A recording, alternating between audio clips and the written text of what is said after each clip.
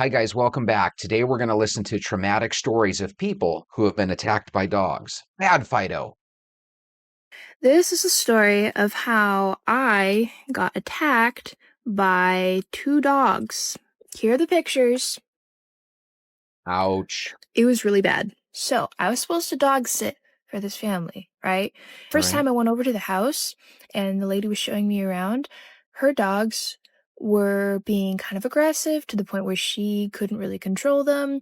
Kind of gave me a few red flags, but I was like, it's fine. They're probably just excited, right? So, I think I'm going to be fine. A few months roll around and it comes time to dog sit from Wednesday to Saturday. The moment I walk in the door, the dogs are barking their freaking heads off. Whatever, it's just a new person, right? I go over and open the first kennel of a dog that wasn't freaking out. The dog immediately jumps up and tries to bite me. Wow. And bites me multiple times. I take him outside, kind of freaked out. I open the next kennel, so I let the second dog out, let him outside.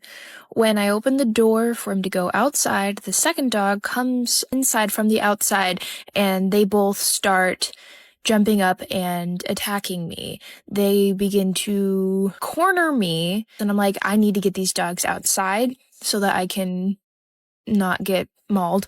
I try to take them outside, but they aren't going outside. They're just tag teaming, trying to bite my legs and bite my arms.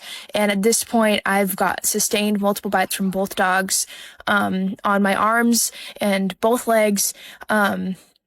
I then run to where I notice there was a baby gate and I hide behind the baby gate. And I'm at this point sobbing, crying my eyes out, freaking out, thinking these dogs are trying to kill me because they. What a traumatic story. What a great way to start, huh? So, there doesn't need to necessarily be a video where you see the attack. It's better to hear about the attack sometimes. Look like they're trying to kill me. I go behind the baby gate and I don't have my phone with me and they look like they've calmed down. And so I come out from behind the baby gate and I'm like, okay, they're going to be fine. I go out and they rile up again and they start biting and attacking me. I run, grab my phone and go back behind the baby gate. And again, sobbing, I call the owner and then the owner, then she sends one of her friends over to help me calm down the dogs. And so I'm there behind the baby gate praying for this person to come and save me from getting eaten by dogs. That is a nightmare story, and maybe someday in the future, you can come and check out part two. So I'm at this house. I'm in the country. I don't know where I'm at. I don't know why they put me out here. I was kind of upset because I never did this route before. So, I'm just doing the route and next thing I get to this house. Um, I go into the driveway because the house is kind of sitting far back. So I go to the house and as I pull up, it's five dogs. Oh, Okay. no. There's five dogs. Right? So I'm just sitting there like, okay. I ain't gonna lie to you, I don't know how they finna get their package. Like I really truly didn't know how they're gonna get their. Let's talk about that real quick. If you order something from Amazon or Walmart.com or Grubhub and you have five dogs, can you at least be decent enough to put the dogs in the backyard for Pete's sake? This poor guy. Package, honestly. So I'm sitting there, open the door a little bit. I see a other dog, a little furry dog come up, he sniffed me. And I pet him, he's good. The other big dog came, he was nice, he was cool too. I petted him. Um, there's two small dogs. I think it's a Shih Tzu and a Chihuahua. And there was like another dog, it was another small dog. So they chilling outside, they just chilling laying down. So I get out the van. Notice I have a big, extra large box to carry. I'm starting to walk to the front door. The dang Chihuahua Shih Tzu. Next thing he got a big dog behind me gonna jump up, bump me forward, like, whoa, man, what's up with you? So I'm like, what was up with y'all? Like, what's good? So I put the package down. The big dog jumped on me again and took a nibble at my tricep, like, the next one gonna be for real. So he did that. I said, hey! I said, all right, man. I threw that package. I just took a picture. I didn't even take a picture of it. I just went to the van. I sat there and was like, He got lucky. I thought this was going to be a story where a chihuahua took off one of his fingers. Those chihuahuas are scary.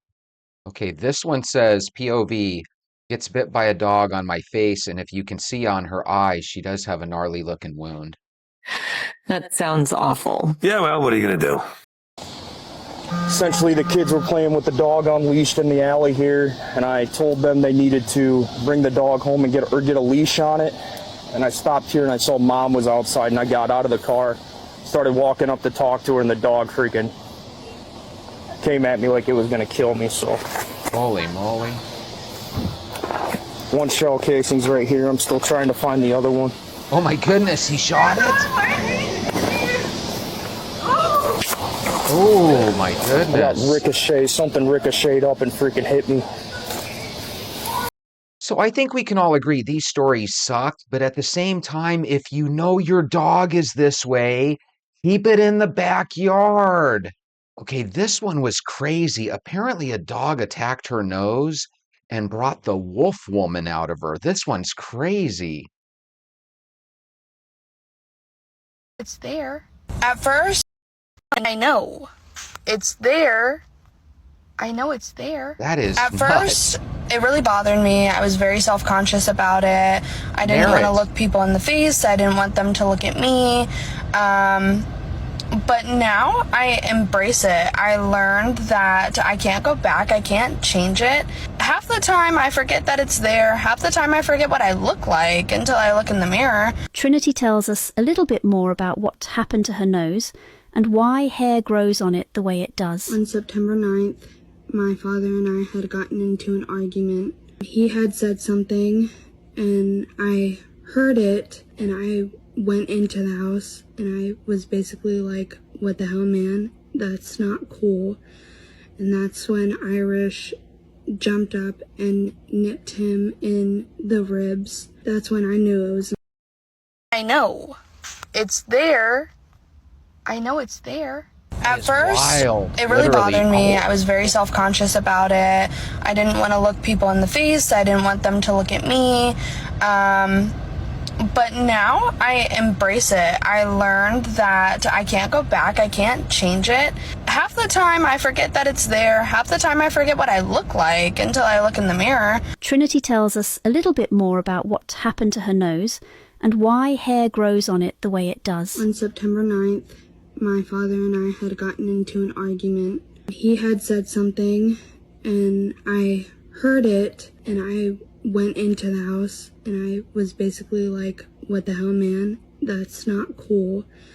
And that's when Irish jumped up and nipped him in the ribs. That's when I knew it was my time to go.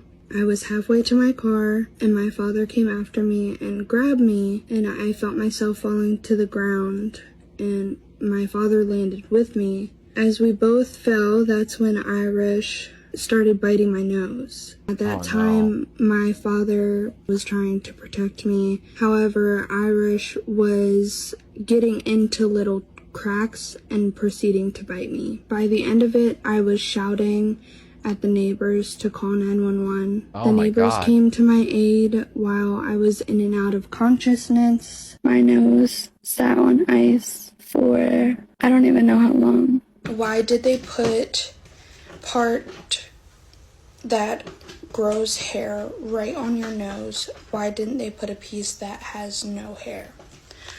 So my surgeon decided to do a forehead flap like I just talked about. That was crazy. I was in the mailbox. I guess you thought I was the mail carrier. Just snuck. Lord, y'all, a dog just attacked me, a pit bull. Seems always to be I pit was in the bulls, doesn't it? mailbox. And German shepherds. I guess you thought I was the mail carrier. Just snuck me, ran up on me and just got me.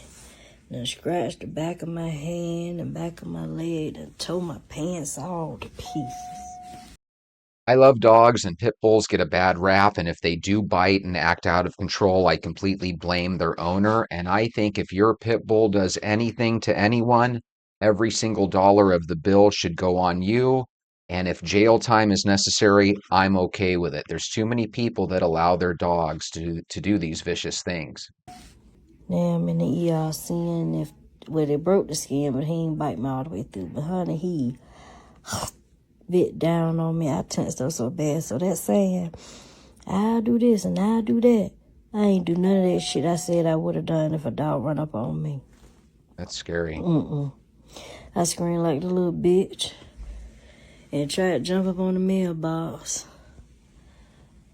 I do that too. I'm like, hey, if a dog comes after me, I'm going to be punching and I'm going to go down fighting. But in reality, you'd probably be screaming. I was screaming. Ain't nobody the dog owner was there, but he couldn't get the dog. I'm slinging him, the dog slinging him.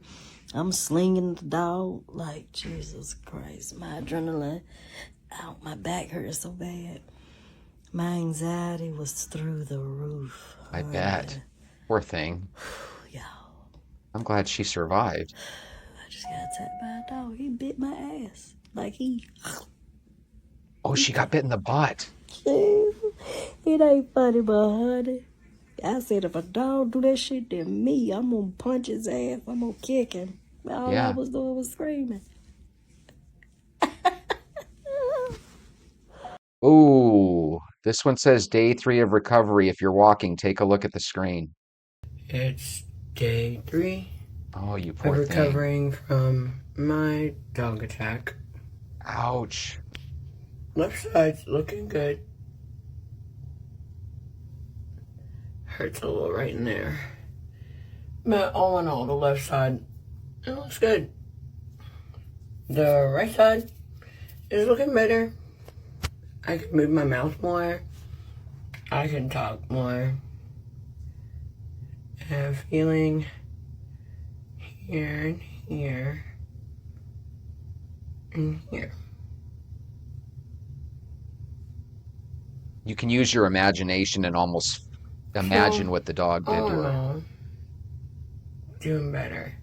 It's just still all the staples. Oh. No. Oh. Did she say her dog did this? I'm a little worried about that. Cover my neck. Because that shouldn't be there. Definitely got some sleep last night. So that was a plus. I think that helped. The swelling is not so hard right in here. Oh, I felt like my eyeball was going to pop out. I'm glad she's okay. So, that's where I'm at. This is what I got. A little bit more movement. A little bit more. Still got a long road ahead of me. And this is kind of making me nervous. You know, it's interesting. You see some people, and like, even if a yellow lab goes up to them, which is a real nice, mellow dog, they kind of freak out. And you almost get upset, like, why are you freaking out? It's obviously a nice dog. But then you see stuff like this, and sometimes this happens to people's family members, right? And you can totally see where their apprehension around dogs comes. Let me tell you something. Let me tell you something. All right. Let me tell you something. Let me tell you something. Wait. Some sort of wild animal. Wait. No. What is that? Wait. Is that a beagle? Both of you guys. What do you want to say? Double check. Safety first. Double check. That was scary. Okay, this one says my dog attacked me, and we're going to play it without the music because it's a song. But you can kind of see it just got a nibble on her nose. Looks like she's got about 5 or 6 stitches, well, maybe 8 stitches. And she should be okay. So you might be wondering, why the heck am I showing you videos of dogs attacking? Well, we're about to show you an amazing story of a man that survived 5 weeks in the wild, basically living on nothing. And they found him, and the reason he got off track when he was out in the wild was because he got chased by a wolf. So go get your shoes. Let's go for a walk.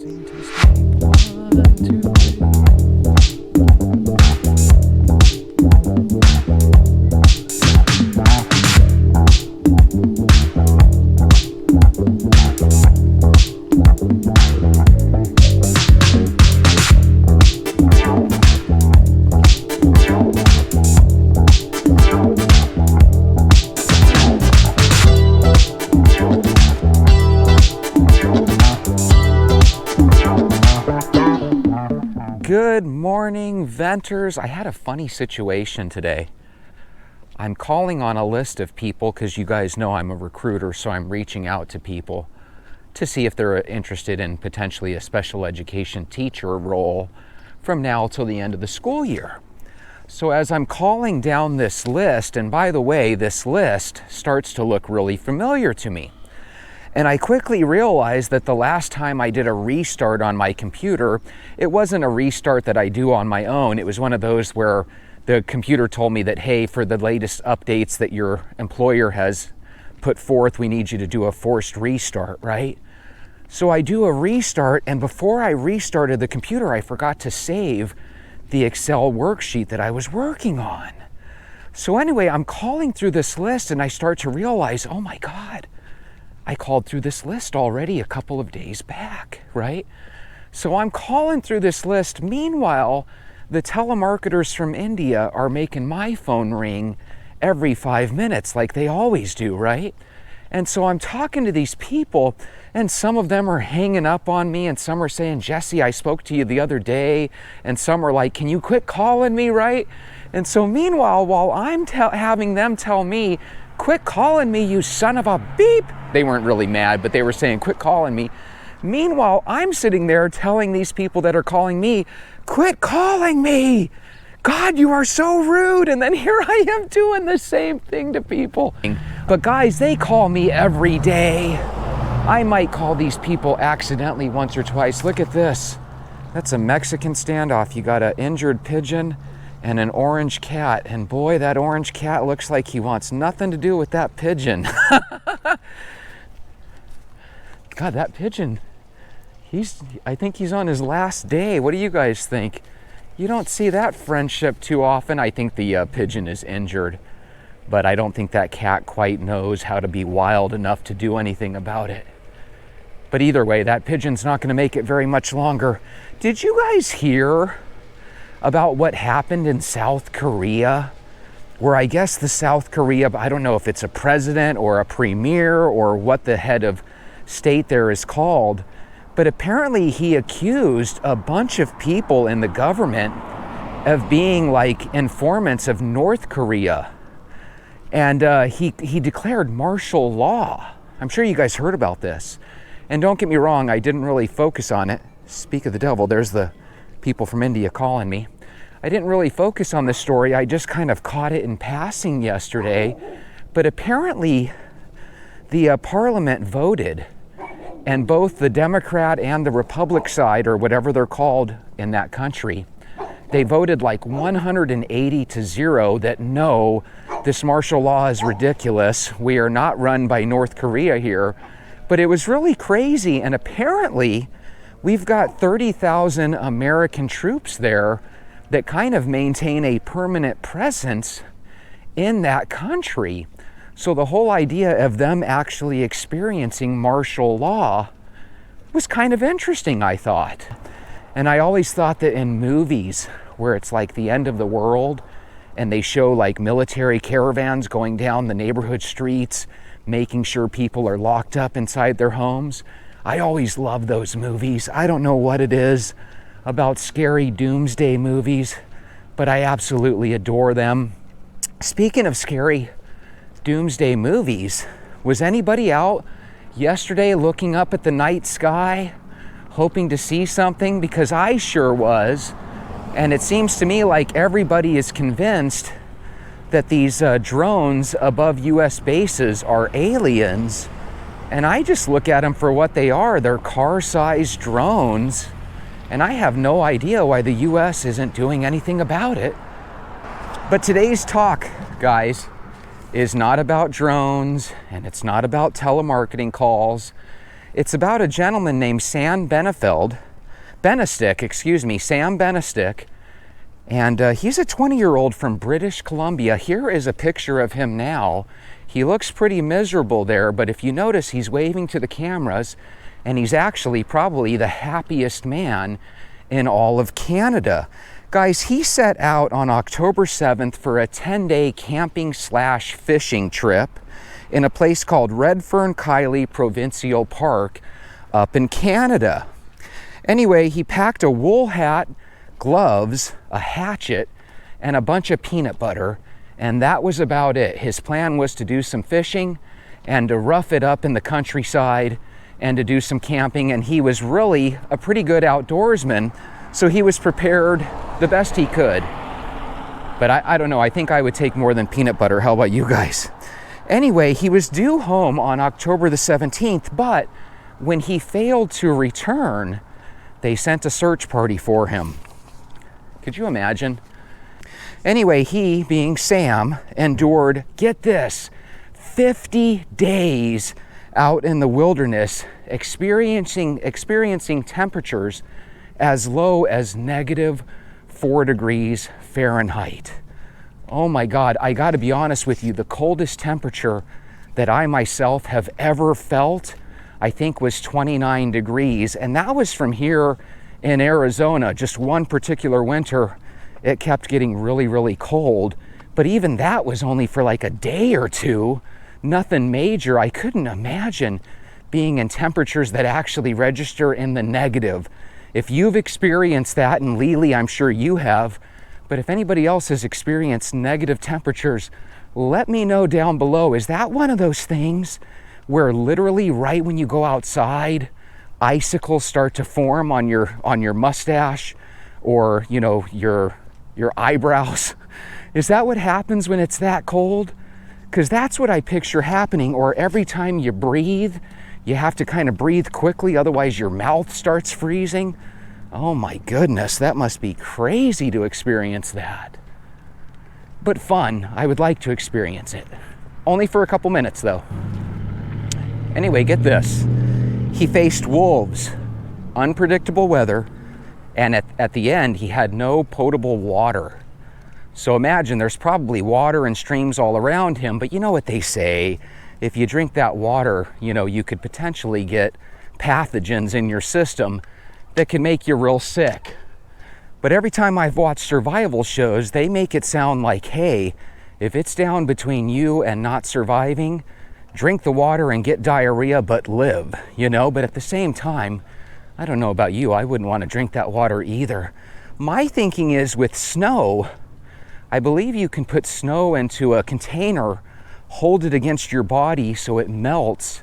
But even then, I don't know, is snow safe to drink? I would think it would be, or at least safer than drinking just, you know, plain water out of a stream. Maybe if you guys know, you can let me know down below. What would you do if you didn't have any ability to kill the pathogens in the water? Would you just try to eat and drink snow? Or would you just take your chances by drinking, you know, would you take a chance drinking the water? God bless it, Jesse, speak. Anyway, check this out. This guy created such a hubbub up there that over 120 volunteers, including the Royal Canadian Mounted Police and the local First Nations. I assume the local First Nations are the native people, but again, I'm not 100% sure. If you know, Lily, let me know about these local First Nations. Anyway, he was ultimately found by a group of surveyors that were on a remote access road. And when they found Sam, he was suffering from frostbite, exhaustion, and smoke inhalation. Now, I don't know if he had smoke inhalation because maybe he was in a cave and he had a fire going and maybe he was breathing bad fumes, or maybe there was a little bit of a fire in the area that he was kind of stuck in. I really don't know what caused the smoke inhalation. But again, 50 days out in the wild, surviving on whatever he had left with regards to peanut butter. And he even joked that during that whole ordeal, he didn't catch one fish. His family vows that they're gonna buy him a GPS for his future adventures. Now, you might be wondering, wait a minute, he was going out to a place he was somewhat familiar with. He was an outdoorsman. How the heck did all this happen? Because I would think that the only way this could happen is if a person purposely wanted to get lost out in the wilderness, but that's not what happened at all. In Sam's case, he actually was chased by wolves. So yeah, we think of wolves as these noble creatures, But the reality is, if they start to see you as a food source or as a threat, they might just attack you. And in his case, apparently they chased him into a cave, and once he got off the wayward path, he was just lost, and he didn't know what the heck to do. If you're a really good outdoorsman or outdoors woman, let me know down below. How long do you think you would have lasted through that? And if you look at his picture again, does this guy look miserable or what? Holy moly. I've always enjoyed the outdoors, and when I was little, my mom and her boyfriend, we would go constantly out boating, and we would go camping and quote unquote roughing it, you know, where we would go out and not even have toilet paper. You'd have to use leaves and stuff. And I wasn't a huge fan, but at the same time, I loved it because we constantly took friends of mine with us. It was one of those things where I don't think they wanted me to experience that by myself. So I always had a buddy like Jason with me, or maybe a friend like Jeff with me, and we just always had a good time. So I always remember those times as being really, really fun. But when it actually comes to quote unquote roughing it, I don't know, I kind of like the air conditioning and the heater. And when it comes to fishing, I enjoy fishing. I have a lot of people that love fishing in my family, but you know, I'm okay to fish for maybe 3 or 4 hours one time a year. I don't need it very much more than that. When you have these moments come up in your life where you absolutely need to be at your best, I think it's really important that you try to be your best. If he would have been out of shape in any type of way, maybe he doesn't survive. If he didn't have the knowledge that he did of the outdoors, maybe he doesn't survive. If one of those wolves ends up injuring him and he has a wound of some sort, maybe he doesn't survive. It's almost like all these things have to kind of land in the right way for you to survive this situation. And luckily for Sam, that's exactly what happened. Sometimes life is like that. You know, as crazy as it sounds, every one of those bad moments that happens to us in life, or every one of those moments, period, lead us down a pathway. So it's one of those things where, would you go back in time if you had a time machine and maybe not date that man that you were with, ladies, or maybe not date that woman you were with, guys, knowing that if you did that and you took that act back, maybe some of your grandchildren wouldn't be alive today? You know, it's so crazy. It's like I have so many little things, these little snapshots from my past, that you would think if I had access to a time machine, I would jump into my time machine, go back in time and avoid those horrible traumatic experiences, because your boy has had a handful of traumatic experiences. But the truth is, so have you guys. But every one of those experiences was necessary for you and me to get here, right now. And if I would have went back, let's say to high school, and avoided some of those bad situations I was in, neither of my kids would be alive and on the planet today. Now, the reality is I probably would have gone a different path and I would have completely different kids. So there is a piece of you that wonders what would have happened if I would have chosen door A instead of door B, right? Or vice versa. But at the same time, I don't think any of us would really go back. We really wouldn't. And so here's my question to you, Venters. If you had a chance and there was a time machine right there in the room with you right now, and you could go back to the past to change anything, knowing that anything that you changed would affect where you are now, would you do it? I think it's really easy in theory to sit back and think, yeah, I would go back and I would avoid that. But again, every decision you do that you change in your history affects your future. And I just don't think I could do that. I love my son and daughter too much. I look at my granddaughter's face and I think to myself, well, hell, if I didn't go through all my experiences like I have, she would not be on this planet. Because sometimes I look back and I think, God, I wish I could have avoided meeting that person, right? I wish I would have never went out with that person. I wish I wouldn't have done A, B, or C in my life. But again, I think if we all had a chance to do it over again, I think we would probably pick the exact same decisions we did, because who would want, who would want your grandkids to bleep out of existence? By the way, I want to thank you guys. A lot of you guys wrote really interesting comments about how some of your family members had actually won really big lotteries, and they had won really big amounts at the casino. And whenever you're gambling and winning a lot of money, it can really be a curse, because the best way to go to a casino would be to win and then never go back. But that just doesn't happen. And if you go there your first time and you win, there's going to constantly be a piece of you that thinks, I'm lucky, somebody up there wants me to win money.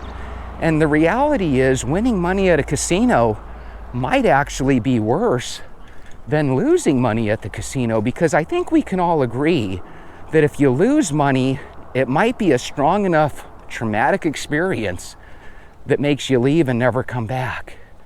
The problem is those people that win and then they end up going back to the casino and they never leave. It's really kind of tough when you take a look at the average person at a casino, and if you were to go up to them and ask them, hey, how many times a week are you up here at the casino? It's not uncommon that people tell you, I'm up here 3 or 4 days a week. And the hardcore addicts might be up there literally every single day. And there has to come a point where you have to say, I'm like a prisoner in the casino. So when you guys started writing your comments about, hey, I had this experience, or hey, my family members had this experience, I was actually able to picture them holding up their winnings, thinking, oh my God, we're really blessed. And in reality, there was a little curse there with those winnings. So Carla, Becky, Lily, thank you for sharing your stories. I think if you're one of these people that doesn't have a gambling story, then you're truly blessed. The casino is really no place to make a living. And even if you do find a way to make a living up there, a lot of your friends along the way are gonna go broke. And that just sounds like a real depressing route to go. There used to be an alley, there still is an alley, that I used to walk by. And in the morning, there would be about 10 or 15 cats that would meet in this intersection in this alley here in the neighborhood. And it was so interesting because usually when we think of cats and dogs, we think they're smart, but we think they're like mildly smart, not like as smart as we are, right? But some way, somehow, these cats know that every morning we're gonna get together and we're just gonna hang out with each other. And I find that really eerie and really fantastic at the same time. If you guys have any weird spots like that in your neighborhood where dogs or cats kind of meet up together, let me know, because if you would have told me that a couple years back, I would have been like, that sounds fake, that sounds made up. But I've seen it in my own neighborhood where literally 10 cats will congregate every morning just to kind of say hi with each other. You would think if you get 10 animals together, someone's gonna fight. But they didn't fight. They were just like buddies saying hello every morning. Very, very cool. Do any of your cats or dogs have routines? Because there used to be a black and white cat that reminded me of Sylvester. And it used to be right here in this bush. And I would walk here at about 7:30 in the morning. And literally I would look over and I'd be like, hey, kitty. And the cat would literally hide right here by this rock. And it would kind of surprise me. And as a matter of fact, speak of the devil, there he is, the black and white cat. How are you? I was just talking about you. I swear life is so weird like that.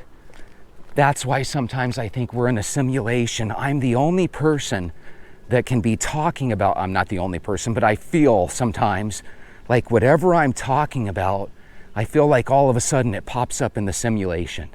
I'm literally telling you a story about how a black and white cat that looks like Sylvester used to sit there in the bush every morning, and then he's right there on the wall as we walk by. How crazy is that? That is crazy. Tell me that's nuts down in the comments. These are the things that happen to me when I'm on my walk. To me, it feels like I'm walking through a simulation every single day. Every single day. If you guys have any New Year's resolutions that you want to work on this year, share them with us. My New Year's resolutions the last couple years have been pretty consistent. I always like to make a little bit more money than I spend. And one of the things that has just really kind of got me energized about life over the last handful of years is just trying to save money. You know, there's some people out there that love to invest money.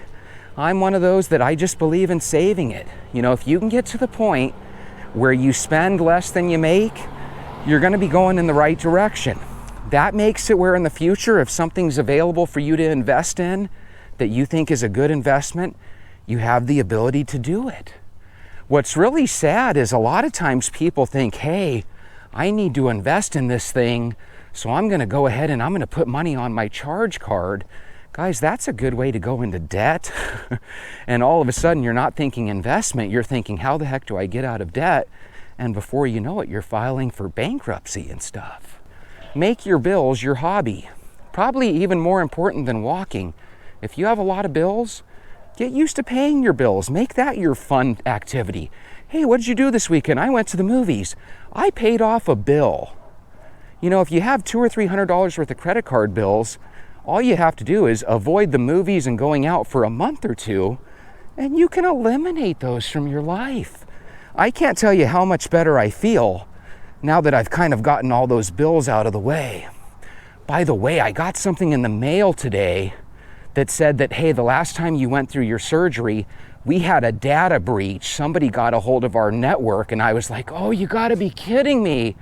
So if anything comes from that, I'll be sure to give you guys updates. Luckily, I have identity theft protection through my work, so hopefully nothing comes of it. But isn't it kind of crappy to know that you can be completely safe with your important information, and a company that you had to deal with when it comes to healthcare or a surgery could actually have a data breach and you can get involved in it? Seems crazy, but it's true. Anyway, have a wonderful day. I'll talk to you guys tomorrow.